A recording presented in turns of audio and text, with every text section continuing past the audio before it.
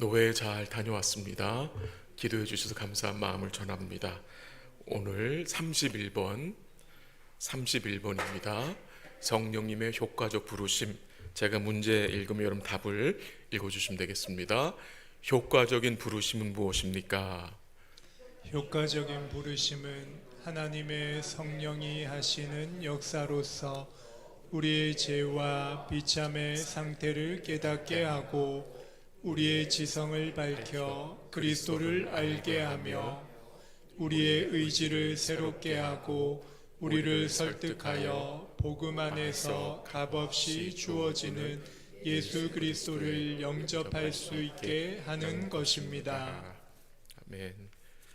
저희가 오늘 31번을 보기 전에 지난 시간에 우리가 커버했던 29번과 또 30번을 잠시 제가 복습을 하도록 하겠습니다. 저희가 지난 시간부터 이 소교의 문답의 제5부 성령론, 또 이것을 구원론이라고도 부르는데요, 우리가 시작을 했는데 이 성령론과 구원론을 연결시켜서 부르는 이유는 성령 하나님께서 구원과 관계된 모든 것을 우리에게 적용해 주시기 때문입니다. 그 말은 무슨 말이냐? 그리스도께서 이루신 구원을 성령께서 우리로 알게 하시고 믿게 하시고 그 안에서 우리를 성화시켜 간다는 말씀입니다. 지난 시간에 말씀 나눴는데요, 구원은 삼위 하나님이 계획하시고 이루시고 적용하시는 삼위일체적인 역사라고 말씀드렸습니다. 성부 하나님은 우리의 구원을 영원전에 작정하셨어요. 계획하셨어요. 그 작정한 계획을 창조와 섭리로 나타내셨어요. 그래서 성부 하나님은 구원의 뭐다? 설계자다. 기억나시죠? 예. 그 다음에 성자 하나님은 사람으로 오셨고 고난 받으시고 온전히 순종하시고 십자가에 죽으시고 부활하심으로 우리의 구원을 이루어 주셨습니다. 그래서 성자 예수님은, 성자 하나님은 구원의 건축자라고 말씀을 드렸고, 그 다음에 성령 하나님은 그리스도가 온전히 이루신 구원을 우리에게 효력 있게 알게 하시고 적용하시기 위해서 우리를 부르시고 우리 안에서 역사하신다고 말씀드렸습니다. 그래서 성령은 구원의 관리자다라고 말씀을 드렸습니다. 그러므로 우리가 구원을 받는 것은 우리의 의지적 결정과 결단으로 되는 것이 아니라 택하심과 부르심을 받은 자들에게 성령께서 우리로 그 복된 결단을 할 수 있도록 은혜를 베푸시기 때문에 우리의 결단을 할 수 있다는 것입니다. 여러분과 제가 그리스도가 이루신 그 복된 구원에 참여하게 된 것은 오직 성령 하나님의 효력 있는 부르심 때문임을 여러분이 꼭 기억하시기 바랍니다. 성령 하나님은요, 그 2000년 전에 주님이 성취하신 구원을 우리의 사건으로 받아들이게 하십니다. 성령의 조명하심이 없으면요, 성령이 우리 안에서 불을 켜주지 않으시면 그 누구도 진리의 복음을 알 수도 없고 믿을 수도 없다는 것입니다. 우리가 예수를 구주와 주님으로 고백할 수 있고 의뢰할 수 있고 그를 사랑할 수 있는 것은 이 성령 하나님께서 예수님이 이루신 구원을 우리로 말씀을 통해 알게 하시고 믿게 하셨기 때문인 것입니다. 그 문답 30번에서 성령이 이 그리스도가 이루신 구원을 우리에게 어떻게 효력 있게 적용하는지 두 가지로 말씀을 나눴었는데요, 그 첫 번째는 무엇입니까? 성령은 우리 안에 무엇을 일으켜 준다고 했죠? 무엇이요? 믿음입니다. 믿음. 성령은 우리 안에 믿음을 일으켜 주세요. 왜 성령이 우리 안에 믿음을 일으켜 주십니까? 우리는 스스로 우리 안에서 믿음을 일으킬 수 있어요, 없어요? 없기 때문입니다. 아니, 지금 시대가 어느 때인데 로켓을 달나라까지 보는 이 세상, 이런 세상에서 우리가 얼마나 현대인이 똑똑하고 얼마나 지식이 많은데 우리 안에서 스스로 이 믿음을 일으킬 수 없다니, 그건 말이 안 된다고 생각하는 사람들이 있을 수 있습니다. 그러나 성경은 우리 스스로의 힘으로는 우리 안에서 믿음을 만들어낼 수 없다고 증거합니다. 왜 그런지 아세요? 에베소 2장 1절에 뭐라고 증거합니까? 죄와 허물로 죽었기 때문에. 그게 우리 영적 형실이었어요. 죄와 허물로 죽었다입니까? 죄와 허물로 거의 죽을 뻔한 것입니까? 거의 죽을 뻔한 거였어요? 그러면 살릴 필요도 없어요. 거의 죽을 뻔했던 거면 죽었어요. 예, 죄와 허물로 되졌던 사람이에요. 기억하시라고. 되졌었어요. 근데 우리는 가끔씩 그런 말이 나오죠. 거의 죽을 뻔. 죽었더니예요. 죽었으니까 이렇게 살려야 되잖아요. 죽었으니까 스스로 믿음을 만들어낼 수 없잖아요. 그렇잖아요. 에베소서 2장 4절 5절에 보면 뭐라고 증거합니까? 국률에 풍성하신 하나님이 우리를 사랑하신 그 큰 사랑으로 인하여 허물로 죽은 우리를 그리스도와 함께 살리셨다. 죽었던 우리를 살리신 거예요. 죄와 허물로 죄의 권세에 갇혀 있어서 공중의 권세 잡은 자들에게 질질 끌려다니는 자들이었어요. 여러분과 제가 예수님 모를 때 공중의 권세 잡은 자들에게 질질 끌려다니는 자들이었어요. 생명이 없었어요. 근데 하나님 우리를 어떻게 하셨어요? 그리스도와 함께 살리신 거예요. 살리신 거예요. 그래서 믿음이 우리 안에 생기게 된 겁니다. 성령께서 우리 안에 그리스도를 믿고자 하는 선한 마음을 어떻게 하신 거예요? 일으켜 주신 것입니다. 그 결과로 예전에는 관심도 없고 인식하지 못했던 예수 그리스도를 구주와 주님으로 인정하게 된 것입니다. 예전에는 예수의 죽음이 나와 아무 상관없다고 생각했었어요. 그러나 이제는 예수의 죽음이 나를 위한 죽음이고 그 예수님의 죽음에 내가 포함된 것임을 알고 믿게 된 것입니다. 그러므로 구원에 이르는 믿음은 우리 스스로 만들어내는 것이 아니라 성령이 그의 말씀을 통해 선물로 주셔서 우리 마음에 성령께서 말씀을, 복음을 우리 마음속에 담아주셔서 우리로 뭐하게 합니까? 주의 이름을 부르게 하시고 그 주님을 뭐하게 합니까? 의뢰하게 하신 거예요. 그래서 믿을 수 있게 된 거예요. 그래서 주를 부를 수 있게 된 겁니다. 두 번째는 뭡니까? 성령은 믿음으로 우리를 그리스도와 뭐하게 했다? 연합시키셨다는 거예요. 연합. 여러분, 이 연합이 어떤 연합입니까?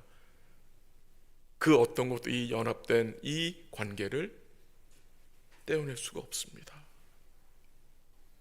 그리스도와 함께한 자들입니다. 그리스도와 연합된 자들이기 때문에 여러분과 제가 주의 은혜로 이제 어떤 일이 나타납니까? 그 그리스도를 닮아가게 되는 거예요. 닮아가게 되는 거예요. 이것이 얼마나 큰 은혜입니까? 오늘은 이 성령의 효력 있는 부르심을 좀 더 구체적으로 살펴보기 원하는데요. 이 좀 표현이 생소하죠. 성령의 효력 있는 부르심, 생소한 표현인데 이 내용이 구원을 이해하는 데 있어서 너무도 중요한 요소이기 때문에 잠시 나누도록 하겠습니다. 이 성령의 부르심은요, 효력 있는 부르심은 하나님의 말씀을 우리가 듣고 그 말씀을 성령께서 우리에게 조명해 주심으로, 이해하게 깨닫게 하심으로 그 말씀이 우리 마음속에 어떻게 됩니까? 새겨져요. 간직이 되게 하심으로 열매를 맺게 하시는 겁니다. 그 열매가 어떤 열매입니까? 주님을 의지하는, 주님을 사랑하는, 그리고 주와 동행하고 주의 은혜를 사모하고 그 주를 기뻐하며 그 주로 만족하는 자리로 나아가게 하시는 거예요. 네. 그 일을 성령께서 우리로 할 수 도우시는 거예요. 성령이 우리를 부르시는데 두 가지 부르심이 있습니다. 첫 번째는 외적 부르심이고 두 번째는 내적 부르심입니다. 이 외적 부르심은 무엇이냐? 지금 제가 여기서 말씀을 전하는 거, 이 복음을 나누는 거가 외적 부르심입니다. 이게 외적인 부르심이에요. 이 외적 부르심에 어떤 사람들은 믿음으로 응하지만 어떤 사람들은 또 이 말씀을 거부합니다. 이 복음을 전하는 외적 부르심에 반응하는 사람들은 이 성령의 이 효력 있는 부르심에 영향을 받은 사람만 반응할 수 있는 거예요. 복음서에 보면은 임금이 베푼 잔치 비유가 나옵니다. 임금이 아들의 혼인 잔치를 준비하고요, 그의 종들을 보내서 사람들을 청했어요. 근데 그 잔치 자리에 많은 사람이 오지 않았어요. 근데 그 내용을 한번 읽어 들어보세요. 한번 같이 읽죠. 마태복음 22장 14절. 마태복음 22장 14절 다 같이 시작. 청함을 받은 자는 많되 택함을 입은 자는 적으니라. 청함을 받은 자는 많은데 택함을 입은 자는 적다는 말씀입니다. 여기서 청함이 무엇입니까? 청함, 이것이 바로 복음의 외적 부르심입니다. 근데 그 복음의 외적 부르심에 반응하는 사람들이 적다는 말씀이 나오죠. 그 복음의 부르심에 반응하려면 뭐가 있어야 되느냐? 성령의 내적 부르심이 반드시 있어야 한다는 것입니다. 그럼 이 성령의 내적 부르심이 무엇입니까? 성령이 우리를 말씀으로 부르시는 거예요. 좀 더 구체적으로 말하면 이 성령께서 우리를 말씀으로 뭐 하시는 거냐? 거듭나게 하시는 것입니다. born 하게 만드는 거예요. 성령. 왜? 죽어 있잖아요. 죄와 허물로 죽어 있기 때문에 말씀에 반응을 할 수 없기 때문에 성령이 뭐 하는 거예요? 우리를 새롭게 born 하게 만드는 거예요. 그냥 우리 속 사람을 뭐 하는 거예요? 살려서 새로운 마음을 주셔서 주의 말씀에 반응하게 하는 거예요. 예수님께서 니고데모에게 이 다시 태어남, 중생에 대해서 말씀하시면서 이 성령의 거듭남에서 말씀하시면서 증거한 내용이 요한복음 3장 8절에 나오는데요. 한번 같이 한번 읽어볼게요. 시작. 바람이 임의로 불매 내가 그 소리를 들어도 어디서 와서 어디로 가는지 알지 못하나니 성령으로 난 사람도 다 그러하니라. 아멘. 여러분, 사람은 바람이 어디서 오는지 어디로 가는지 몰라요. 사람은 바람을 조종하지 못해요. 마찬가지로 이 성령께서는 주의 뜻대로 사람 가운데서 역사하셔서 뭐 하십니까? 거듭나게 하시는 거예요. 그 속사람을 살리는 거예요. 말씀에 반응하게 하는 거예요. 오늘 31번 이 문답에서 이 성령의 효과 있는 부르심에 대해서 네 가지 내용들을 포함하고 있는데요. 그 내용들 좀 잘 살펴보기 원하는데요. 성령의 부르심에는 첫 번째 뭐가 포함되어 있느냐? 우리의 죄와 나오니 한번 읽어보죠. 나오니까 시작. 효과적인 부르심은 하나님의 성령이 하시는 역사로서 우리의 죄와 비참의 상태를 깨닫게 하고 우리의 죄성을 밝혀 그리스도를 알게 하며. 그까지 볼게요. 첫 번째는 뭐냐? 하나님의 성령의 역사로 우리가 뭘 깨달아요? 죄와 비참의 상태를 깨닫게 한답니다. 그게 성령이 하시는 일이에요. 이 성령께서는 우리의 심령을 가난하게 하신다는 거죠. 우리의 참된 모습을 보게 하는 것입니다. 우리가 죄인인 것을, 죄의 비참한 상태를 깨닫게 하세요. 왜 그게 중요할까요? 회개할 수 있고 또 그래야 구원자를 필요로 하잖아요. 내가 죄인임을 모르면, 내가 죄의 비참한 상태에 있다는 사실을 인식하지 못하면 결코 구원자를 찾지 않잖아요. 한번 우리 요한복음 16장 8절에 10절까지 읽어볼까요? 16장 8절까지 시작. 그가 와서 죄에 대하여 의에 대하여 심판에 대하여 세상을 책망하시리라. 9절. 죄에 대하여라 함은 그들이 나를 믿지 아니하며 10절. 의에 대하여라 함은 내가 아버지께로 가니 너희가 다시 나를 보지 못하며. 거기까지만 하죠. 지금 그가 오면 이 성령의 삼중 사역을 증거하는데, 죄에 대하여서, 의에 대하여서, 심판에 대하여 세상을 뭐한다? 책망한다. 이 성령의 사역이 무엇에 초점이 맞춰져 있습니까? 책망입니다. 책망. 여러분과 제가 기대하지 않는 답이었죠. 성령의 주요 사역이 책망이야? 왜 죄에 대하여, 의에 대하여, 심판에 대해서 책망을 하십니까? 그래야 우리의 참모습을 알 수 있기 때문입니다. 우리의 참모습 알 수 있어요. 그래야 우리가 성령이 누구인지 이해하고 알기 위해서는 반드시 성경에 근거를 두어야 하는데요, 보통이 아니라 일부 목회자들은, 성도들은 성령을 자기들의 주관적 경험을 근거로 해서는 경향이 있는데 위험할 수 있습니다. 성령에 대하여서 우리가 이해하기 위해서는 우리의 주관적 경험보다 어디에 더 권위를 두어야 합니까? 하나님의 말씀입니다.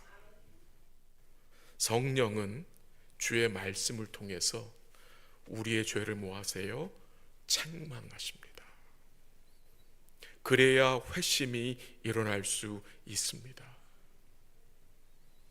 성령의 책망을 통해 우리의 죄와 비참함을 깨달아야 참된 회개로 나아갈 수 있고 우리의 구원자이신 주님을 붙들 수 있습니다.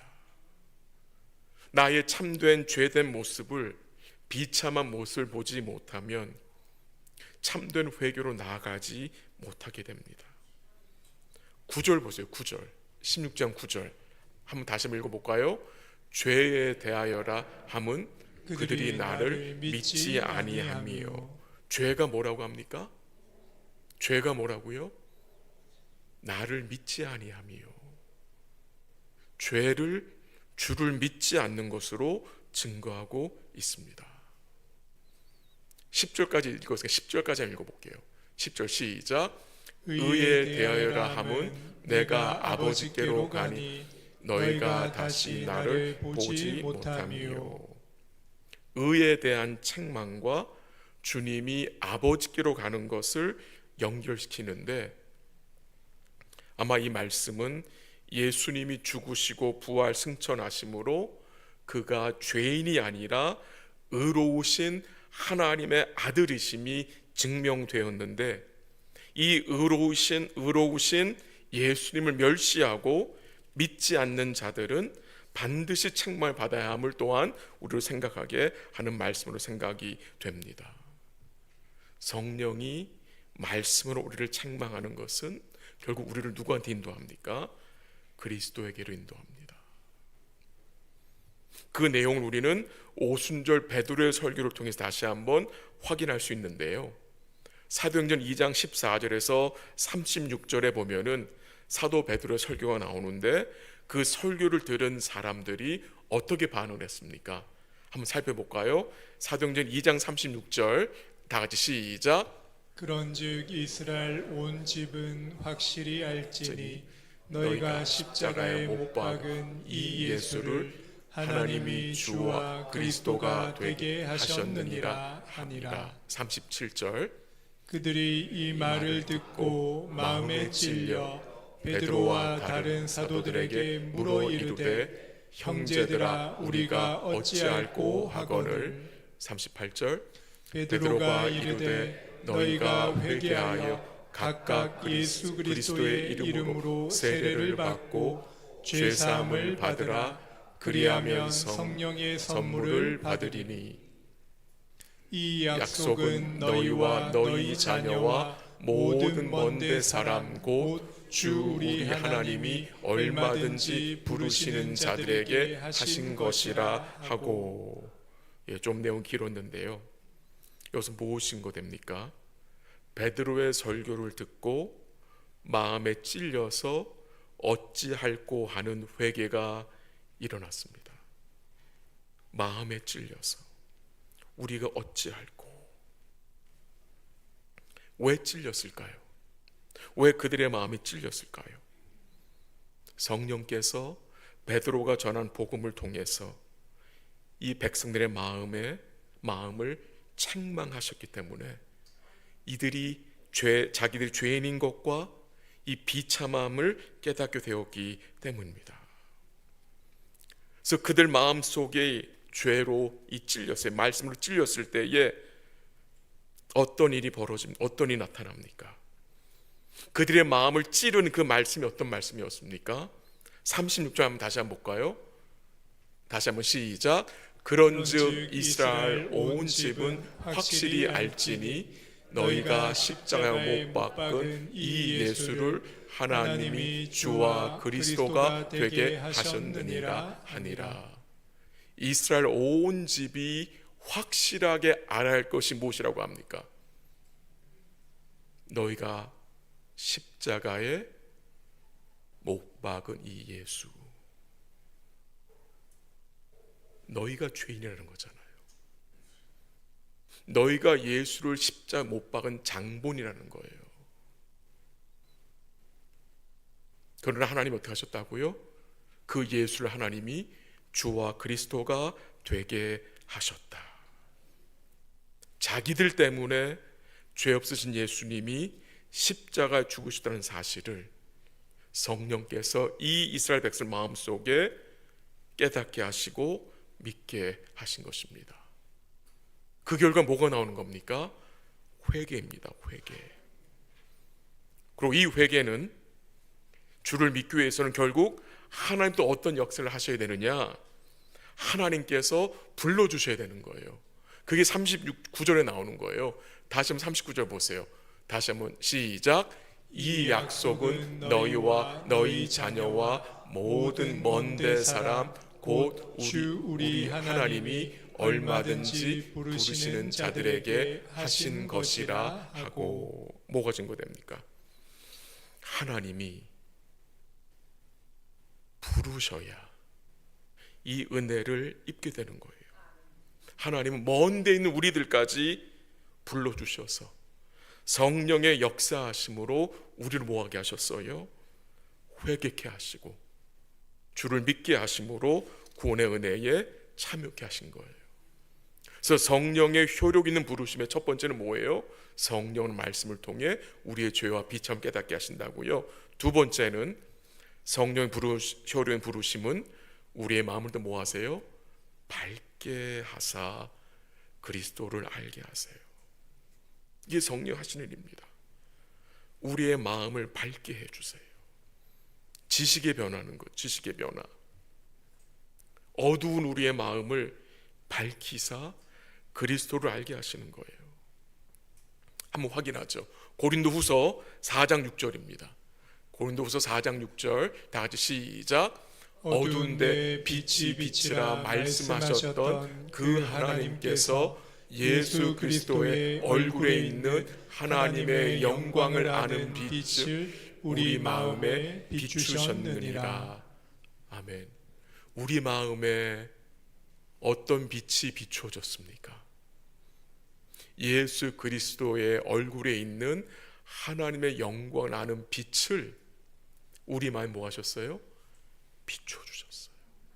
누가 비추신 거예요? 거기 나오잖아요. 하나님께서 이 빛을 비춰주신 거예요.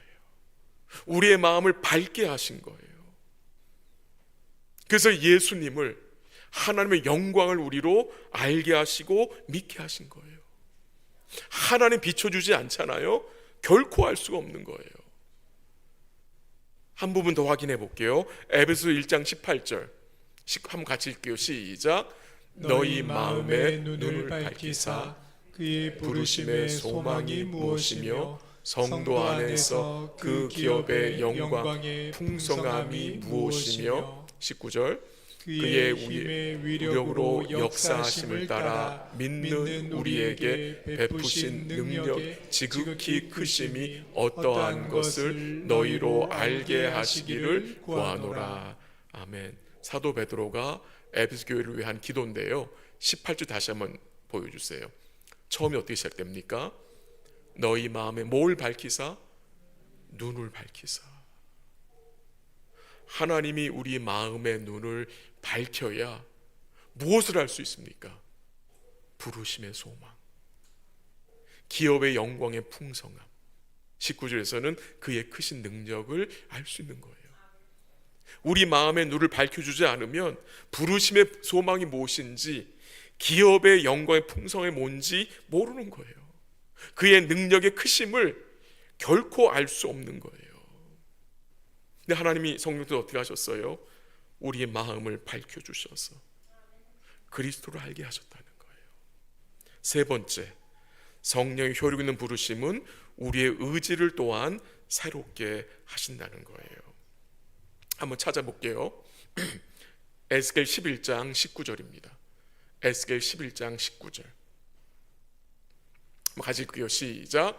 내가 그들에게 한 마음을 주고 그 속에 새 영을 주며 그 몸에서 돌 같은 마음을 제거하고 살처럼 부드러운 마음을 주어 내 율례를 따르며 내 규례를 지켜 행하게 하리니 그들은 내 백성이 되고 나는 그들의 하나님이 되리라. 아멘. 하나님 뭘 약속하셨어요? 내가 그들에게 19절에 보니까 한 마음을 주고 그 속에 새 영, 이 새 영이 바로 성령이에요. 그 몸에서 뭘 제거하시고요? 돌 같은 마음을 제거하시고 살처럼 부드러운 마음을 주어 어떻게 하신다고요? 하나님의 율례를 따르게 하신다는 거예요. 하나님의 규례를 지켜 행하게 하신다는 거예요. 우리의 의지를 새롭게 하셔서, 우리의 마음을 새롭게 하셔서 주의 말씀을 따라 살 수 있도록 인도해 가신다는 거예요. 신명기 30장 6절인데요. 나오진 않지만 들어보십시오. 읽어드릴게요. 내 하나님 여호와께서 내 마음과 내 자손의 마음에 할례를 베푸사 너로 마음을 다하고 성품을 다하여 내 하나님 여호와를 사랑하게 하사라는 말씀입니다. 이 놀라운 말씀이죠. 내 마음과 내 자손의 마음에 뭘 베푸사? 할례를 베푸사 너로 마음을 다해 성품을 다해 내 하나님 여호와를 사랑하게 하신다는 거예요. 우리의 의지를 새롭게 하신다는 말씀이잖아요. 이게 성령 하시는 거예요. 성령이 우리의 마음을 새롭게 하셔서 우리 하나님과 그가 이루신 구원을 그 어떤 것보다 더욱 가치 있게 여기게 하시는 거예요. 또 이 성령께서는요, 우리가 과거에 그렇게 좋아했던 것들을 뭐하게 하세요? 포기하게 하세요. 포기하게 하세요. 그리고 그리스도와 복음 때문에 받는 고난과 고통을 가치 있게 여기게 하셔서 도리어 그것들을 따라갈 수 있도록, 선택할 수 있도록 또한 인도하시는 거예요. 이게 놀라운 역사죠. 이런 의지적 변화가 우리 안에서 나타나지만 우리가 사도 바울 삶에서 우리는 확실히 또한 볼 수 있음을 알 수 있습니다. 마지막으로 네 번째는요, 성령은 우리를 복음으로 설득하셔서 그리스도를 영접하게 하세요. 근데 이 성령의 효과 있는 부르심의 수단은 뭐냐? 하나님의 말씀이에요. 성령께서는 복음을 통해서 우리를 설득하세요. 그래서 그리스도를 영접할 수 있도록 역사하시는 거예요. 한 절 읽어볼게요. 야고보서 1장 18절. 다 같이 시작. 그가 그 피조물 중에 우리로 한 첫 열매가 되게 하시려고 자기의 뜻을 따라 진리의 말씀으로 우리를 낳으셨느니라. 아멘. 우리를 무엇으로 낳으셨대요? 진리의 말씀, 우리를 낳으셨대요. 요한복음 1장 12절 13절 아시는 구절 한번 확인하죠. 시작. 영접하는 자 곧 그 이름을 믿는 자들에게는 하나님의 자녀가 되는 권세를 주셨으니 이는 혈통으로나 육적으로나 하나님의 뜻으로 나지 아니하고 오직 하나님께로부터 난 자들이니라. 누구로부터 난 자들이에요? 하나님께로부터. 하나님 낳으신 자들. 예수님을 영접하는 것은 혈통이나 육정이나 사람의 뜻으로 나지 아니하고 하나님께로 난 자들이 예수를 영접한다는 말씀이잖아요. 우리가 알고 있는 그 두아디라 성의 자주장사 루디아, 여러분 기억하시죠? 그가 사도 바울에게 복음을 들었을 때 하나님께서, 주께서 그 여인의 마음을 열어주사 바울이 전한 복음을 그가 어떻게 하겠습니까? 청정하게 했다고 증거하고 있습니다. 그러므로 회개와 믿음은 전적인 성령의 효력 있는 부르심, 곧 중생의 결과인 것입니다. 회심은 성령의 효력 있는 부르심, 곧 중생을 통해 우리 마음에 새겨진 그 새 생명이 외적으로 드러나는 것입니다. 말씀을 정리합니다. 교회 역사를 돌아보면요, 이 성령의 역사를 인위적으로 조작해온 일들이 많이 있었습니다. 성령의 역사라고 말하면서 희한한 짐승 소리들을 내게 하고 크게 웃으면서 떼굴떼굴 구르게 하고 엄청난 큰 소리를 지르게 하면서 그것이 성령의 역사라고 증거하는 모임들이 얼마나 많았는지 모릅니다. 그러나 성령의 역사는 그런 것이 아닙니다. 이 성령의 역사는요, 이 성령의 효력 있는 부르심의 역사는 진리의 말씀이 선포될 때에 발생됩니다. 성령은 진리의 여기시기 때문에 진리의 복음이 선포되는 곳에 역사되는 것입니다. 여러분과 제가 거짓 영의 역사에 미혹되지 말아야 합니다. 우리 주님이 복음으로 우리를 부르사 성령의 거룩하게 하심과 진리를 믿음으로 구원에 이르게 하신 그 영광의 주님을 찬양합니다. 여러분과 제가 무엇을 통해 구원의 큰 확신과 구원의 기쁨과 또한 주를 본받는 삶을 살아갈 수 있습니까? 우리 주 예수 그리스도의 복음입니다. 그리고 그 복음을 성령께서 우리 안에서 어떻게 합니까? 알게 하시고 깨닫게 하시고 믿게 하시고 우리 안에서 역사하셔서 우리를 그리스도 닮은 자로 세워 가시는 것입니다. 우리를 불러서 구원의 믿음으로 참여케 하신 우리 성령께 감사드리고요. 그 성령이 어떻게 하십니까? 우리 안에 내주하셔서 연약한 우리를 뭐 하세요? 도우시며 그 성령께서 우리로 말씀을 알고 깨닫게 하심으로 여러분 것을 어떻게 하십니까?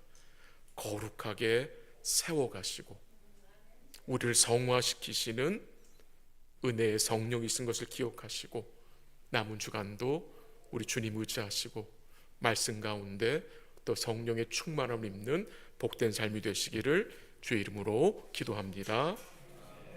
한번 기도하겠습니다.